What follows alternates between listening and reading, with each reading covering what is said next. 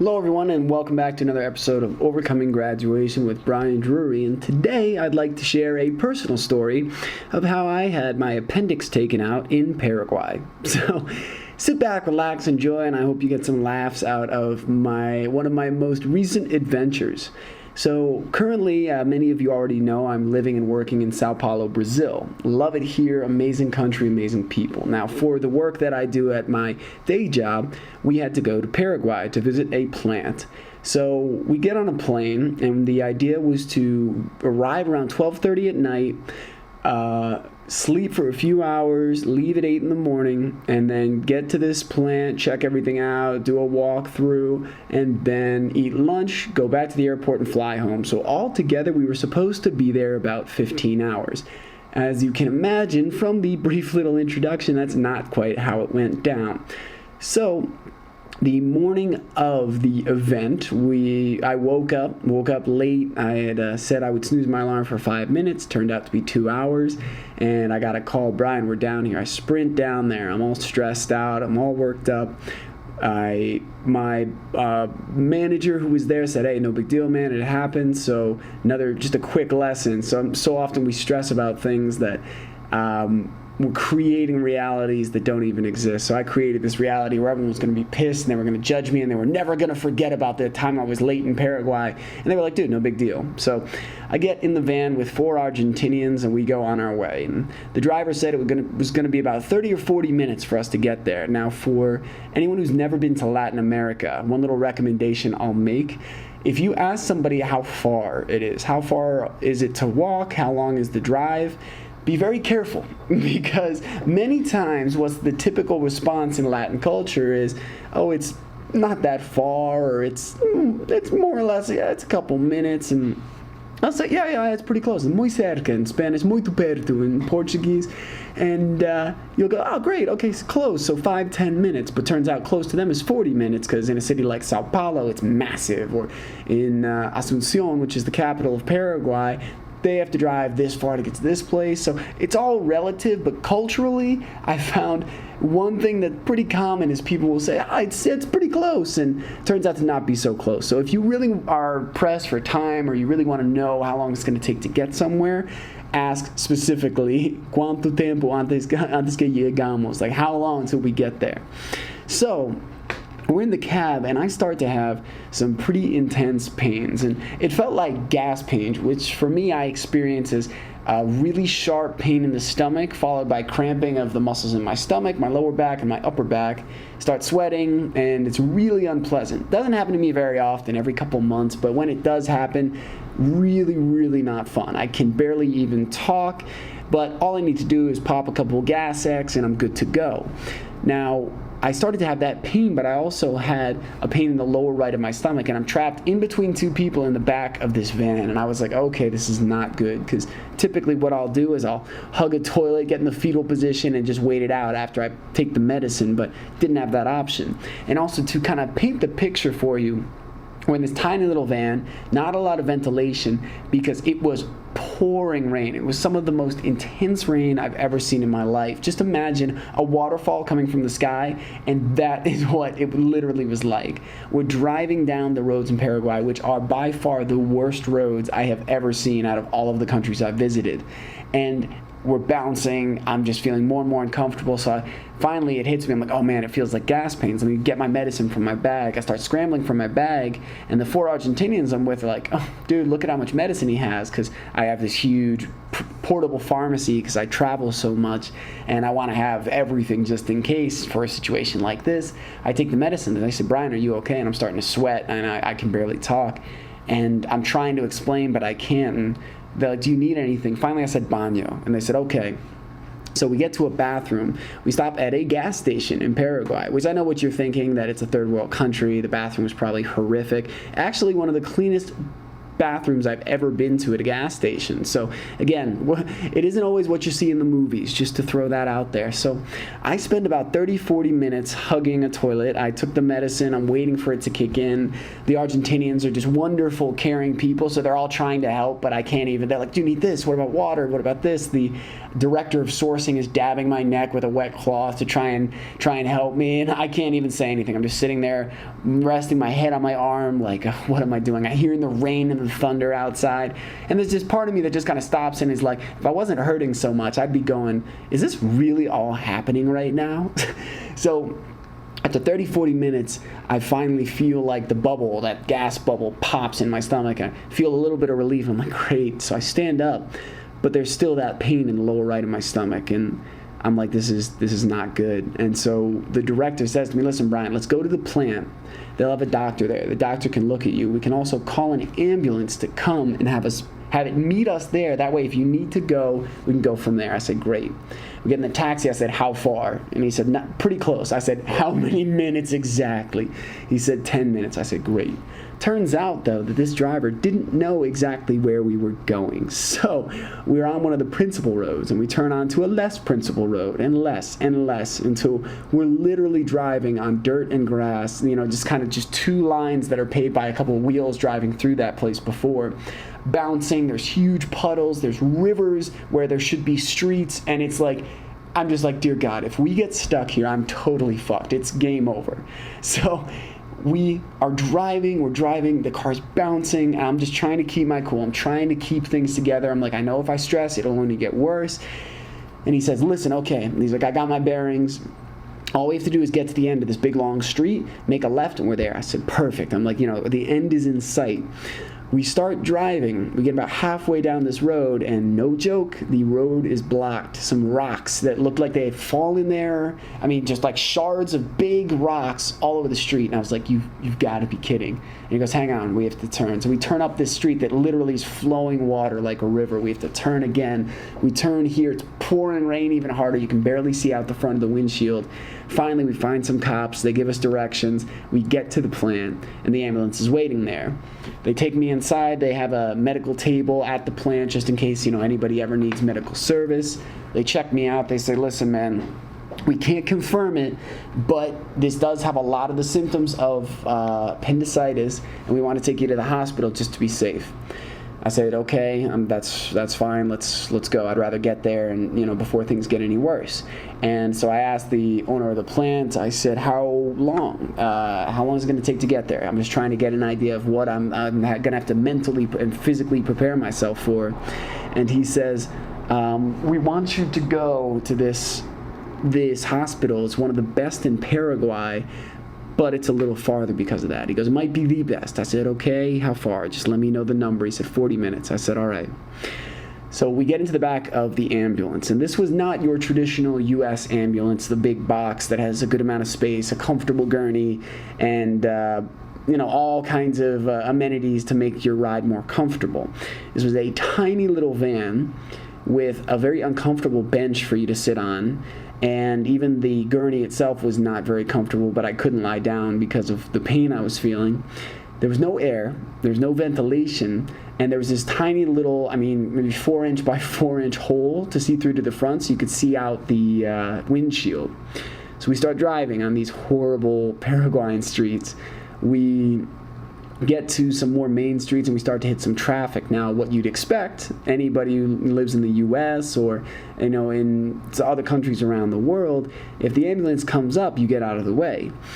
This was not the case all the time in Paraguay. So many people did. Many people did slightly get out of the way or make some effort, but many didn't move at all. So we're just sitting there in traffic. I'm feeling the pain building. We're all hot and sweaty. I was with a girl from my company from Buenos Aires and then a guy from the plant in Paraguay. They'd both come to accompany me. And both of them said after the trip that they were on the verge of vomiting because it was so hot and we're bouncing and we're just sitting back there. And literally about 2 minutes before we arrived, the guy from Paraguay discovered that the air could get turned on and he just blasted it. It was this huge relief, but it was pretty much the moment we got to the hospital. So we get there where they opened the door and this huge rush of fresh air and cool air from the rain, and I was like, thank God. And as I'm getting out, I didn't know what to expect from the hospital. I was like, I've only seen things in movies about hospitals in third world countries, and this was one of my fears in traveling, was what if this happened and what would it be like? And so I'm living it. And we get there, and I was hugely relieved. This was one of the nicest private hospitals in Paraguay. Very, very beautiful. Very nice amenities. All the equipment was clean and new. It was not as clean as some of your nicer U.S. hospitals, but if you picture like a not as nice U.S. hospital, that's kind of how it felt. Maybe some of the equipment was a little bit more outdated, or some of the beds were a little bit older, but nothing rusty. I mean, everything was clean. The people were very experienced, very professional. So I felt very good once we got there. Now, something that happened once I got checked into the ER and I'm on the bed, I'm sitting there and I see them putting the needle into my hand. I see them checking my blood pressure. I'm on the gurney. I'm hearing all these familiar hospital sounds, and I started to bawl. And now they thought I was afraid of that it might be surgery, that it might be appendicitis. And they said, hey, listen, we don't even know yet. It's okay. We don't even have the results of the tests yet. And I said, we hadn't even done the test at this point. And I said, guys, it's not that. I'm realizing that the last time I was in the hospital was literally the day that my mom passed away. And that hit me so hard. It was all these very familiar sights, sounds, smells that kind of just rushed back some of the most difficult times in my mom's battle with cancer. And I've been doing a lot of work recently to go back to some of those painful times and to work through them, because what I found is by going back deliberately to painful times, by bringing up those memories, by thinking through the times, you disempower the negativity. Because when you resist a negative emotion and a negative idea, there's this tendency to empower it, to say, if I let that into my head, or if I remember that, or if I think about that time, it will destroy me. It'll tear me apart. I won't be able to stay together.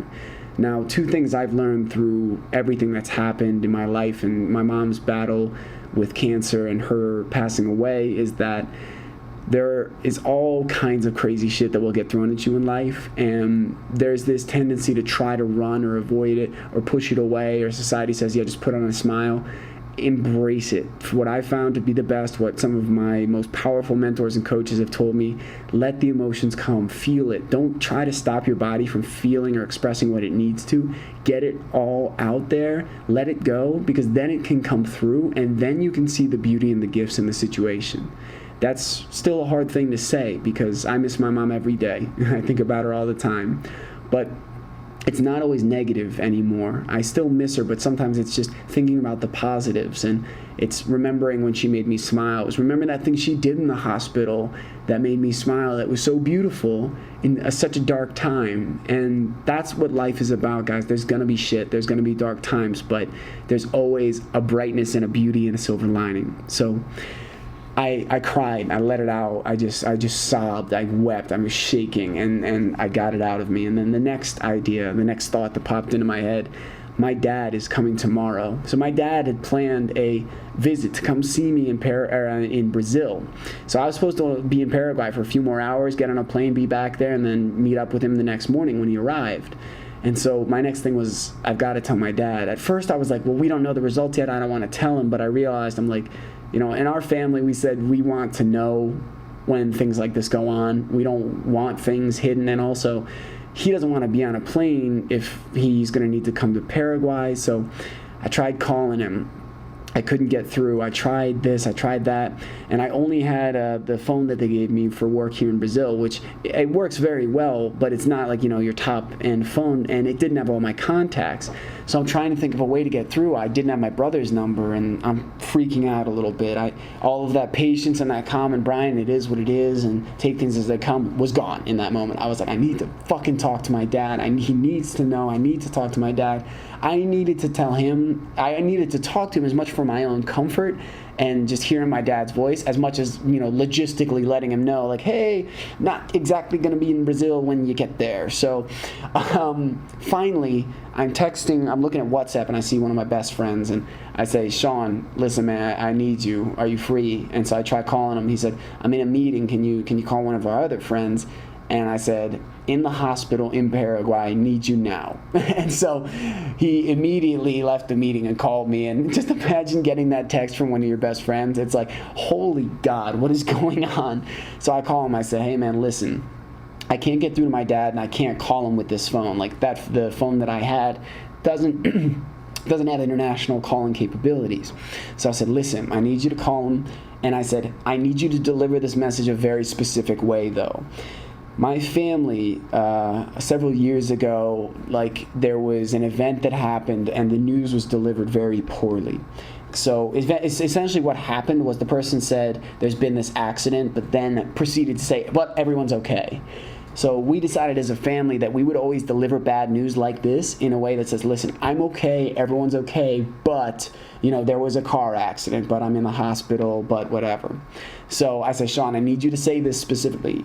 Brian's okay, everything's okay, but he's in the hospital and they think he may have appendicitis. And he said, okay, man, I got you. And gave my dad a call. And so thank you again, Sean, for that, because that was just huge, being able to get contact with my dad. And again, another blessing is the technology that we have, because otherwise there would have been no way for me to get to him. So another blessing in that dark time. Now, my dad finally... once Sean contacted him, calls me immediately, and we talked, and you could hear the worry in his voice, but I was trying to let him know, like, listen, I'm really not in a lot of pain. They've done the tests. We're going to get the results in an hour or so, and then we'll know. And he said, okay. He goes, I'm not going to get on the flight, because if I need to come to Paraguay, I want to be able to go straight there and not, go to Brazil and be on the flight for 10 hours and then need to come over. So we talked. I said, listen, I'm okay. I love you. And the hospital is great, and that's a big thing in our family too, as well. As we said, we're not going to lie about things. It's, it's like if the hospital was shit, I don't want him to worry, but I also want him to know the real situation. So I just told him, listen, I'm not hurting a lot. I'm comfortable. I have an Argentinian and a Paraguayan here helping me. They're taking care of all the paperwork. My company is working on taking care of all the payments. Literally all I need to do is lie on this table and wait, and then take it as it comes. So another massive, massive blessing was that I was with people that spoke the native language. And in fact, the guy from Paraguay said that there's sometimes a tendency in certain Paraguayan hospitals that if you are not Paraguayan, they won't attend to you as quickly. They will still get to you, but they won't prioritize. So by having a Paraguayan there, I was able to get the most rapid and the most effective care. So again, another huge blessing. Now, let Dad know. Finally, the doctor comes in. He says, okay, Brian, it is appendicitis. He goes, but it's stage 1 out of 3 stages. So it's very early. So he goes, so your flight is in 3 hours. Your first option is we can give you a calmante, which is, a relaxant, something to calm your body, reduce inflammation, and you can try and fly. He goes, or we can do the surgery here. He goes, but either way, you're going to need to have surgery. Now, for anybody who doesn't know about appendicitis or has never had it, if an appendix explodes, it is extremely dangerous and can actually kill people from infection.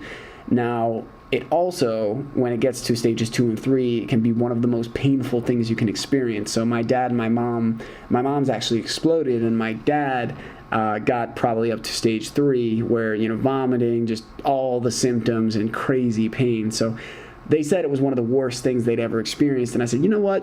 1, I prefer not to get there if I don't need to, because I'm experiencing pain now, but I don't want it to get to where I know it can get.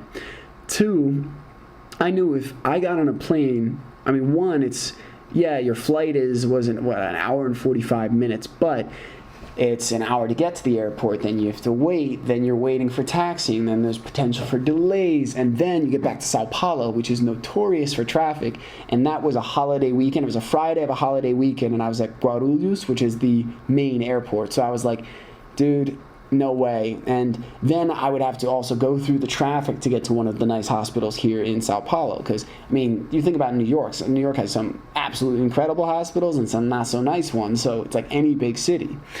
So I said, guys, let's do it. Let's go for it. And I said, what's the deal? And they said, well, you won't be able to fly for like 3 or 4 days. And, you know, they said, and they gave me some other background. I said, you know what? Okay, let's do it. I let my dad know. I texted, you know, whoever I could. And I said, let's do this. Now, again, the girl from my company and the guy from the Paraguayan company were texting, taking care of everything, letting everybody know. And there were people all over the world checking in with me from the U.S., from in Brazil, from like all different, from the East Coast, like the East Coast, the West Coast. So I felt very supported. But finally, they get me up to the surgery table. They bring me into the surgery room, and they're on the table, and they're joking with me and just talking, trying to keep me relaxed. And they're talking about one guy loved U.S. rock, and so he's talking about like classic Jimmy Page, and he's like, "Do you like that?" And I said, "That's more my dad's kind of music." And so he says, "All right, Brian, what's your height?" And so I know we're in meters and kilos here for height and weight. So I said, "Well, I'm 1.8." And he goes, "What's your weight?" And I said, "Actually, I don't know it in kilos. I only know it in pounds." And I said, "It's 195 in pounds." And they go, "What's the conversion?" And this is the anesthesiologist who's about to administer the anesthesia. And I don't know much about anesthesia, but I do know it needs to be very precise. So he asked another guy, he's like, "I don't know." He goes, "Google it." And I was like, oh, dear Lord. Now, just so everyone knows, it's a very basic calculation. It's 1 pound is 2.2 kilos. So it's not very complex math, but it was just like one of those moments where I'm like, my fate is in the hands of Google here. So God bless you, Google, for being accurate. So the guy says, "All right, it's about 87.5 kilos. I'm like, "About? No, don't be about. It's got to be exact." And the guy says, "All right, Brian, here we go." And so the surgeon comes in. They give me a relaxant.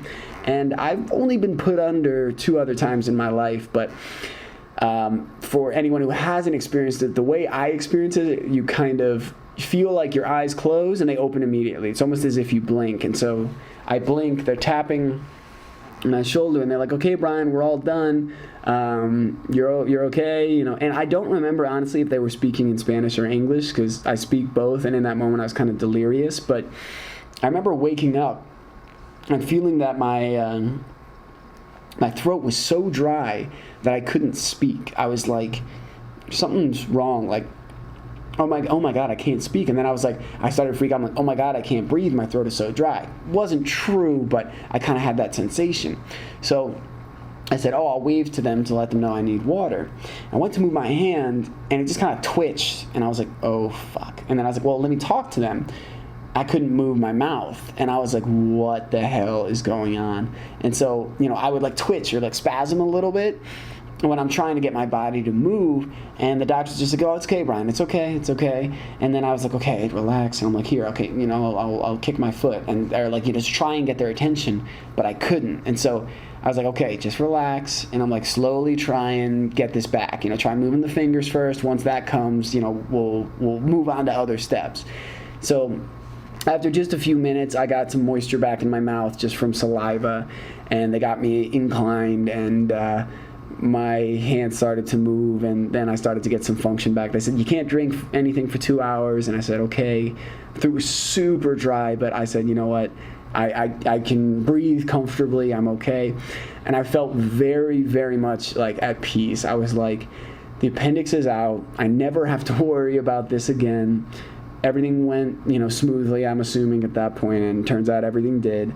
And I get back to the hospital room, and Augustina is there waiting for me, and she stayed with me the whole time, or not through the surgery, but, you know, she was there with me, and so was the guy from Paraguay, and Joaquin, and she was like, how are you? And I remember just saying, I'm really happy. And she said, oh, that's so great. Like, she's beautiful. She also called me Bree instead of Bri. That's just like the Spanish pronunciation. She goes, oh, Bree, how are you? How are you feeling? Like, she's a beautiful, lovely, wonderful person. I can't thank God enough for having her and Joaquin there with me.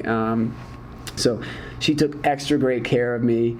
She saw the absolute least sexy side of me, belching, farting, recovering from surgery and pain, getting needles and blood and all that jazz. And so so I ended up spending about 24 hours in the hospital, and then they took me to a nice hotel in Paraguay. And I really didn't feel comfortable there. I wanted to be back at home, which oddly enough is now for me Brazil. I've been here about 2 months, but I love it so much. I was like, I want to go home, and I wanted to be back in Brazil, and I wanted to see my dad there in Brazil. And after a couple days, it was actually kind of funny because I'd only brought 2 days of clothes, and Augustina went back to Buenos Aires, and the director of human resources came to be with me so I wouldn't be alone. He went out to buy some clothes for me because I'd only brought 2 days of clothes. And the bag he brought back I still have with me because it says, "No challenge is bigger than you." And I was like, if that is not God talking to me, I don't know what is. Because what is the odds he goes to some random store, picks up some clothes for me in Paraguay, and it happens to have a bag in English that says, "No challenge is bigger than you." I just realized that part of the fact that it was in English in a Paraguayan store, but everything else around it, that I'm in a lot of pain, I'm having a lot of trouble moving, and then I can look at this bag and just be reminded. And as many of you know, I've told my mom didn't believe in coincidence because she says God is in everything, and so she called it God incidences, and that was definitely, my mom being an angel for me and God looking out for me. So after a couple days, we get to the airport, head back to Sao Paulo. It was not a comfortable flight. I'm not going to lie to you guys. I was nervous. I was like, what if something goes wrong? What if the pressure pops the stitches? I was like, I have no idea what could happen. But ultimately, everything went smoothly. Had some people, they organized to have some people from my company waiting for me, helped me get back to my hotel. And since then, it's been recovering. It was about a week and a half in bed, and, a week of just slow moving, and finally got off the painkillers last week, which was awesome. And then it's another 2 weeks without any physical activity, and then I'll be back ready to go, guys. So the doctors have checked me out. Everything is healing up great. Everything looks healthy, no signs of infection, and I'm feeling better and better every day. I'm feeling more energetic. I'm finally giving my body more rest, which it really needs. So let me just briefly run over some of the lessons learned. One powerful lesson from this was, my dad said to me, he goes, Brian, this was kind of one of my worst case scenarios for you. He goes, I love how much you travel, and I love the way you live and how you explore. He goes, but as a parent, there was always that fear, like, what if something happened while he was in a third world country? And I mean, any country, but especially in a place that doesn't have the best medical care. And because this happened, because one of our worst case, and I mean, that was one of my fears as well, but because one of my worst case scenarios happened, it disempowered that fear. I was like, I made it. I'm okay. Everything's okay. My company took care of everything. They paid for it. They took care of the paperwork. They set up appointments. They set up checkups for me and follow-ups, and made sure I had the best care possible. I had people all over the world checking in. I had my bosses and my boss's bosses calling and telling me that they were proud of me, that they, really appreciated how I was handling things.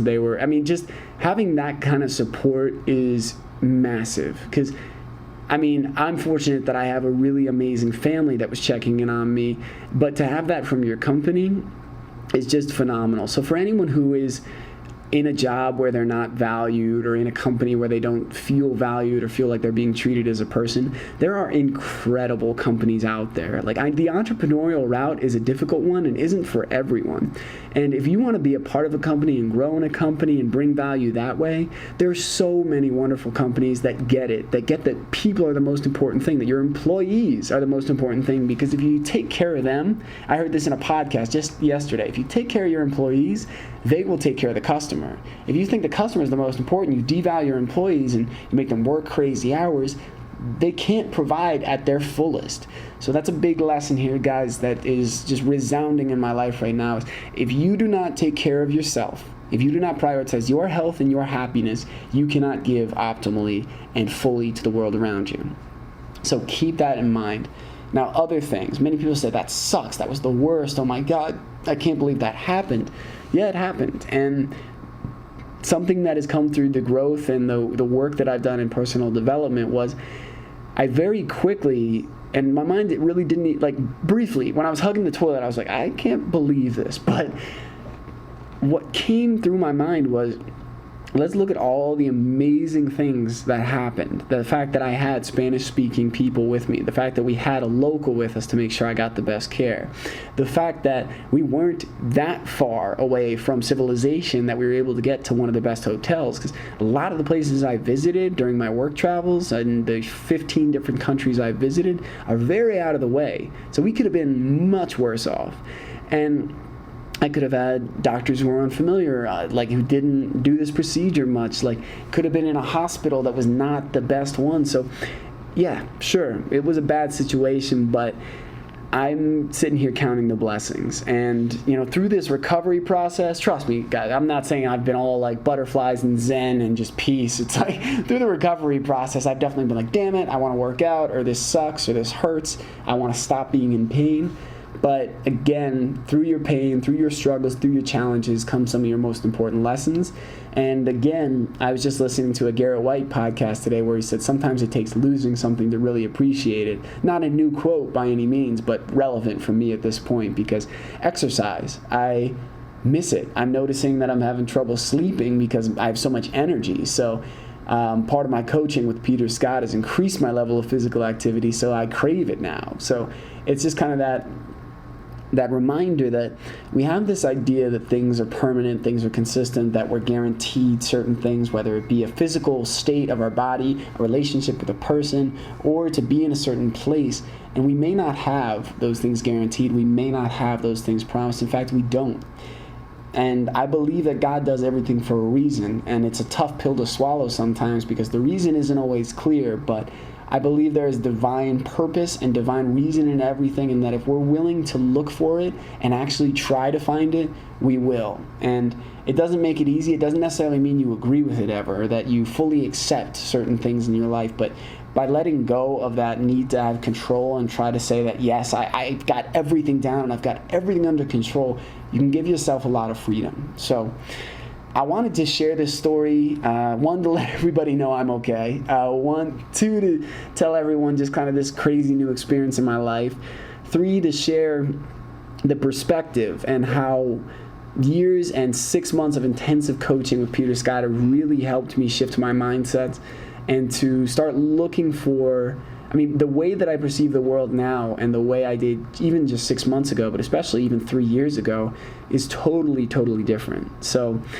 I wanted to share this with you guys. I hope you enjoyed the story. I know it sounds like something out of a movie, but that's what happened to me just a few weeks ago. And I'm here, I'm okay.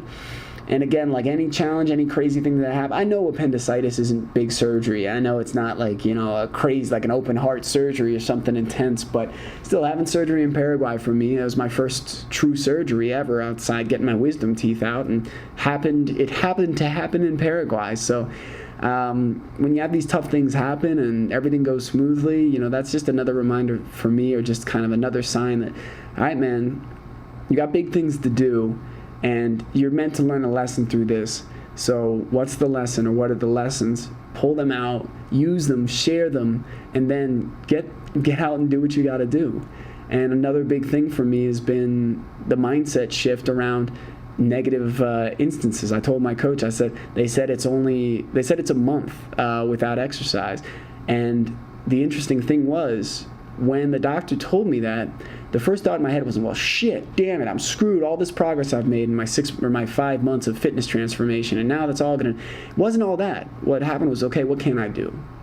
And there was so much more peace in that, because he said, you can walk 30 minutes a day. I said, okay, that's my exercise. I've been fairly consistent with it. There have been some days where I lay in the bed and I was like, I need to rest, but asking yourself what you can do is so much more empowering than drilling yourself into what you can't. That applies in everything in life, guys. So please remember that.